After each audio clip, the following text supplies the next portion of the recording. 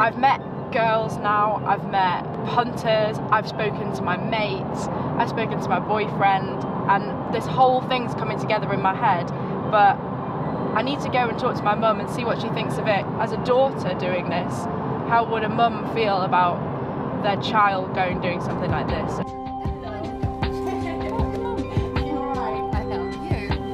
What do you think about high-end prostitution, like girls who were doing it, say girls who were my age who were paying their way through university doing it? I wouldn't judge them because they will have their own reasons, but I also think it's really, really scary.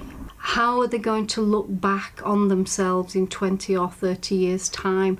What's it going to do to the mental health, the physical health? If they then go on to have families themselves, how will they look back on what they've done in their younger years? A lot of the things, the way they're portrayed is, oh, they've got all this money, they've got this fantastic lifestyle, but what do they have to go through to get that lifestyle? So what would you say if I came to you now, still at university, and I said, I'm thinking about doing escort work? I would see what the reasons were. If it was financially, I would do anything I could to stop you going down that road. And even though I wouldn't judge you on it, I would lie in bed at night and worry where you were, what was happening to you. Don't get me wrong, I would not want you doing it. But at the end of the day, if you said to me, I'm doing it anyway, no matter what you said, I would be there for you. I would not say, don't ever darken my doorstep again. I would say, no, I'm there for you, and I will not support you in it, but I will be there. And I would be there because things would fall apart eventually. I didn't think you were going to say that. What did you think I would say? I don't know. Because a lot of these girls, have never told anyone. The parents don't know, the friends don't know. And I think that's how these girls get into it, and it goes wrong, because they don't actually have anybody to tell. And if they did have somebody, then that somebody would be like, no, what the hell are you doing? There are so many other ways you can make money. Why are you doing this? And if you met them, you might feel the same way, it's a great lifestyle, and they seem really happy. I would query, is it a great lifestyle? But as a mum, it's unconditional. Not all parents are like that. Not all parents are like that. And sometimes I wonder, some of the girls definitely do it because they've never had any support in the families and they've nothing to go to. Talking to my mum had made me think of Candice and left me wondering if she had had any support or people to turn to for help. I wanted to get back in touch with her and see if she was still escorting, but despite trying repeatedly for several weeks, I wasn't able to get through. The more people I'd spoken to and the more I learnt, the harder it was getting to separate the idea of being a high-class escort from the realities involved in any other kind of prostitution. I arranged to meet with Julie Bindle, a political commentator who has written extensively about the sex industry, in the hope of learning more. Do you think there's a difference between prostitution per se and being a high-class escort? Well, it's all prostitution, and I think that there are differences within the way some women operate. For example, working on the street, dangerous, unpleasant, open to harassment from the police, working in a very plush hotel in Park Lane. You could say that that's a far better way to operate. You can still be raped, you can still be abused, you could still be arrested. See, the problem is anyone selling sex is still considered by the police and by much of society as the real problem. And so they're open to abuse, they're open to arrest. And that's something that we should overturn right now. There's no justification to criminalise those who sell sex. But I think there is a really serious justification for educating men out of paying for sex. And to educate them effectively, you've got to have legislation that goes with it. Otherwise, you're relying on their, shall we say, free will and goodwill. And some men are just not going to take any notice of that unless there's a sanction. And the reason why I think it's good that societies educate men out of paying for sex is because it changes the entire culture of a society. We will start to see women as equal human beings, not vessels to be bought and sold. We'll start to recognise the abuse endemic within the sex industry, despite the fact that individual women might have had an okay or a good experience within it. And we know from countless, innumerable studies on prostitution in the sex industry, both on street and off street, high-class escort and the lower kind of echelons of the market, that abuse is endemic, that women suffer all kinds of psychological and physical health problems. Julie had put me in touch with Rebecca Mott, an ex-prostitute who was now trying to educate people on the realities of prostitution and was willing to speak to me about her experiences. There are girls that are doing this, girls that I've met, that actually think this is quite a glamorous thing to do and fund luxury lifestyles by doing it. I think that is one way of surviving, is to only think about the good side all the time and always feel that you're in control.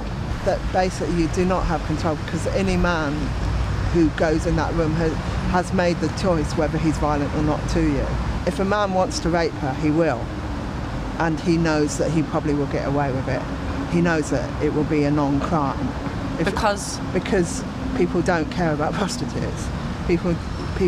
Prostitutes don't have rights. If a prostitute reports rape, she's very lucky if it's not laughed out of court, and most people think that prostitutes are raped. They think that it's just, you have to just put up with it.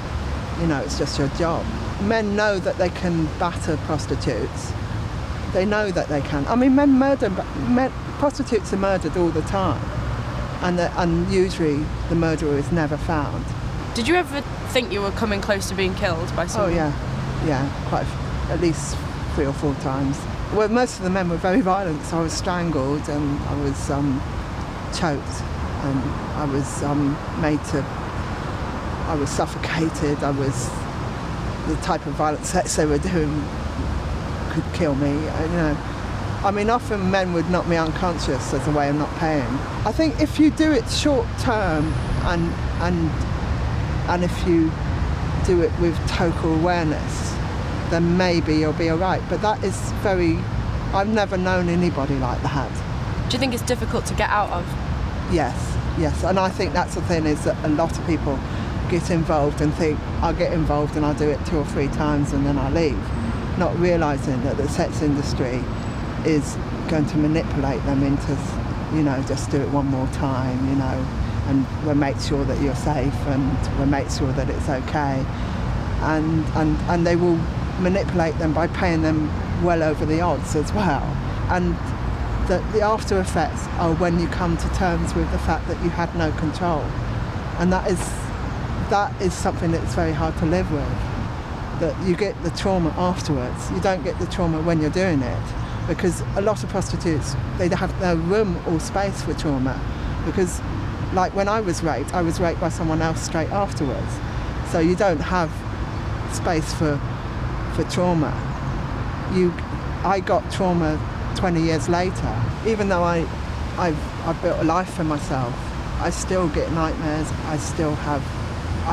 A lot of prostitutes have a lot of blanked out memory because you can't remember everything that happened to you because too much happened. And can we stop? Sorry. Can we stop?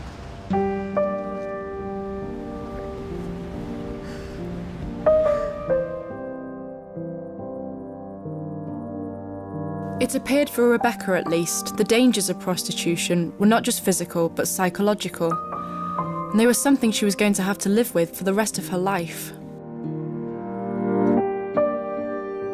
Of course, this is a million miles away from the memoirs of Belle de Jour, but I couldn't help but wonder, had Belle ever encountered anything like this or worked with girls who had? And if so, why had she left it out?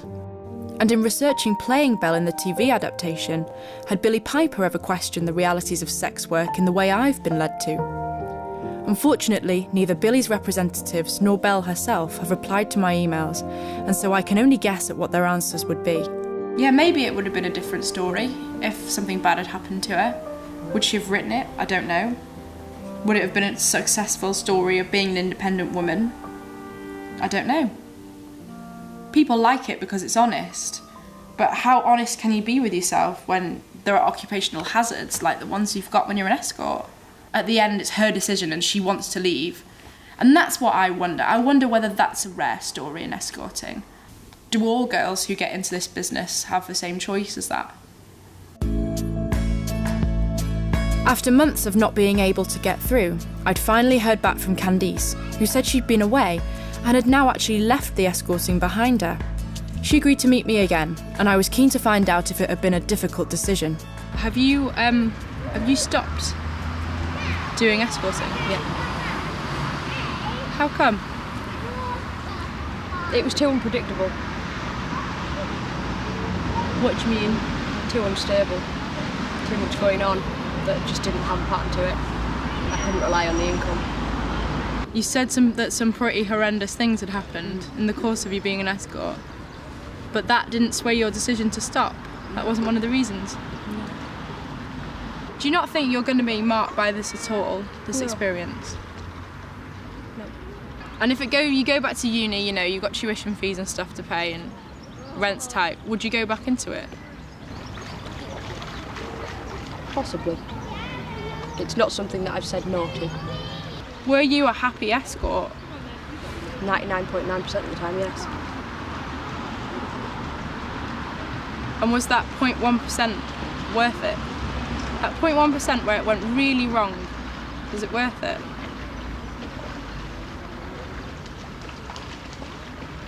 Yes. I think it was.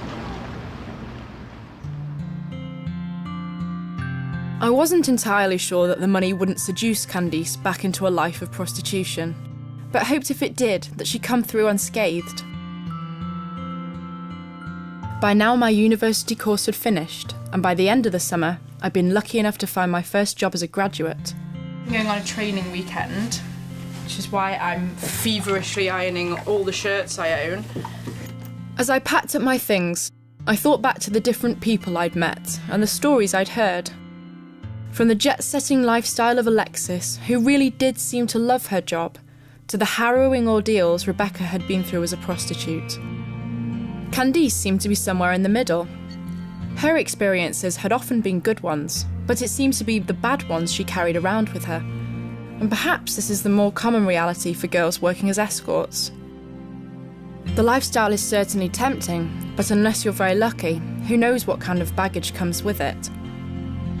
I was glad to be starting a job without such risks, a job where the worst that can happen is getting fired or just having a bad day at the office.